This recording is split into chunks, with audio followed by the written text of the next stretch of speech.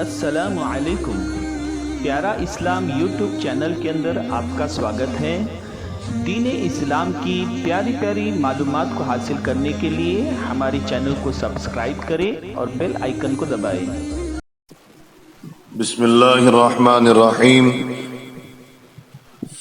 فضائل رمضان، گزشتہ کل حدیث کا فائدہ۔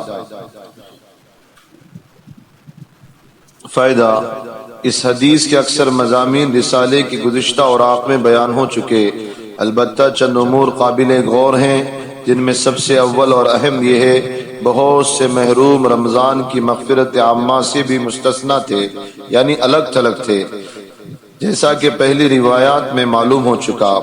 وہ عید کی مغفرت عامہ سے بھی محروم مستثنی کر دیے گئے، جن میں سے آپس کے لڑنے والے، ماں باپ کی نافرمانی کرنے والے بھی ہیں۔ ان سے کوئی پوچھے کہ تم نے اللہ کو ناراض کر کے اپنے لیے کون سا ٹھکانہ ڈھونڈ رکھا ہے؟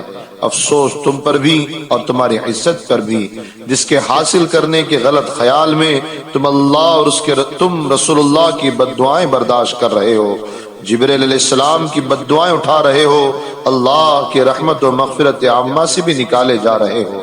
میں پوچھتا ہوں، آج تم نے اپنے مقابل کو زگ دے دی ہے، یعنی ذلت و نقصان پہنچایا ہے، اور اپنی مونچھ اونچی کر لی ہے، وہ کتنے دن تمہارے ساتھ رہ سکتی ہے، جبکہ اللہ کا پیارا رسول تمہارے اوپر لعنت کر رہا ہے، اللہ کا مقرب فرشتہ تمہاری ہلاکت کی بددعا دے رہا ہے۔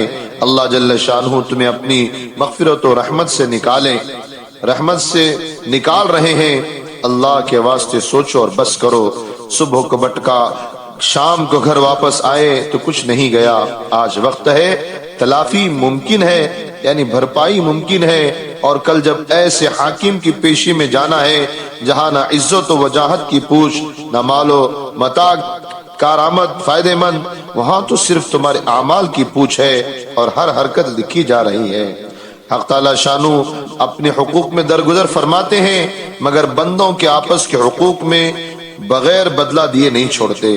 نبی کریم صلی اللہ علیہ وسلم کا ارشاد ہے کہ وہ مفلس میری امت میں وہ شخص ہے کہ قیامت کے دن نیک اعمال کے ساتھ آوے، نماز روزہ صدقہ سب کچھ لاوے، لیکن کسی کو گالی دے رکھی ہے، کسی کو تہمت لگاتی تھی، کسی کو مار پیٹ کی تھی، بس سب دعوے دار آویں گے اور اس کے نیک اعمال میں سے ان حرکتوں کا بدلہ وصول کریں گے، اور جب ان کے پاس نیک اعمال ختم ہو جائیں گے تو اپنی برائیاں ان حرکتوں کے بدلے میں اس پر ڈالتے رہیں گے، اور پھر اس انبار کی بدولت وہ جہنم رسید ہو جائے گا، اور اپنے کثرت اعمال کے باوجود حسرت کا عالم یہ ہوگا کہ وہ محتاج بیان نہیں۔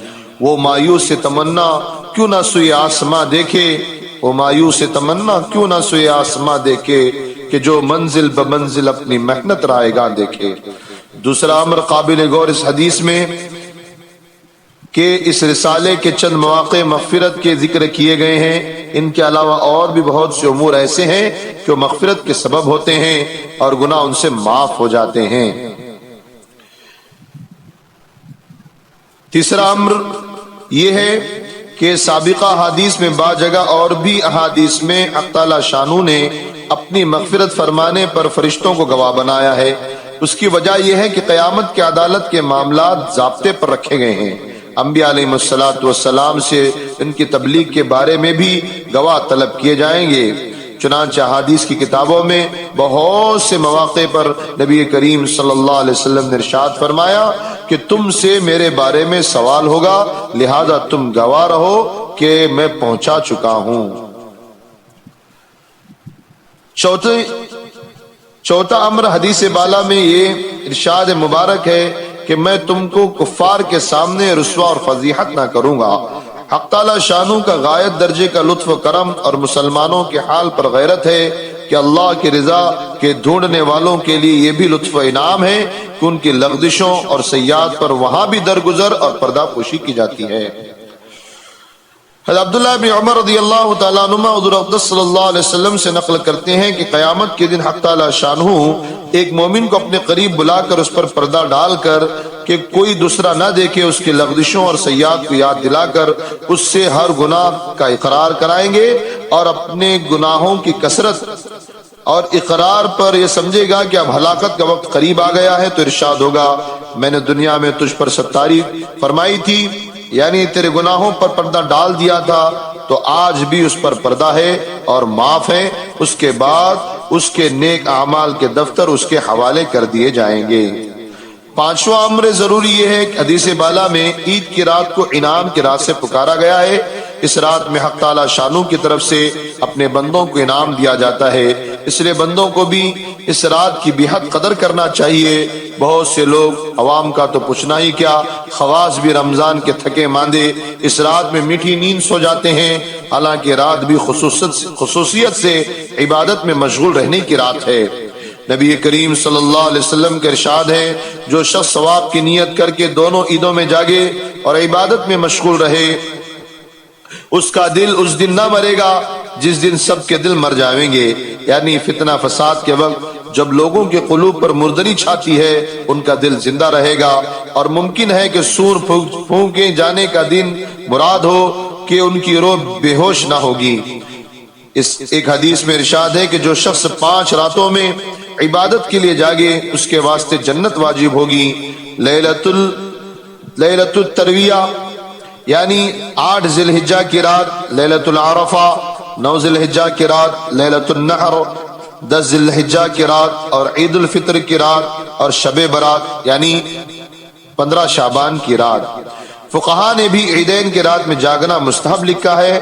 ما ثبت بالسنہ میں امام شافعی رحمۃ اللہ علیہ سے نقل کیا ہے کہ 5 راتیں دعا کی قبولیت کی ہیں، جمعہ کی رات، عیدین کی راتیں، غرہ رجب کی رات یعنی رجب کی پہلی رات اور نصف شعبان کی رات۔ اللہ تعالی ہم سب کو عمل کی توفیق عطا فرمائے، آمین۔